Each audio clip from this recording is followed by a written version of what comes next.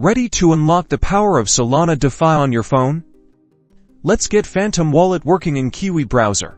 First, open up your Kiwi Browser app. If you don't have it already, you can download it free from the Google Play Store. Now, in the address bar, type in Chrome Web Store and hit Enter. In the Chrome Web Store search bar, type in Phantom, scroll down, and you'll see the official Phantom Wallet extension. Make sure it's the one with the Phantom logo. Click on the Phantom Wallet extension, and then tap the Add to Chrome button. A pop-up will appear asking for confirmation. Click OK to proceed. The extension is now installed. To access Phantom, tap the three dots in the top right corner of Kiwi Browser to open the menu. Scroll down to find Phantom in your extensions list.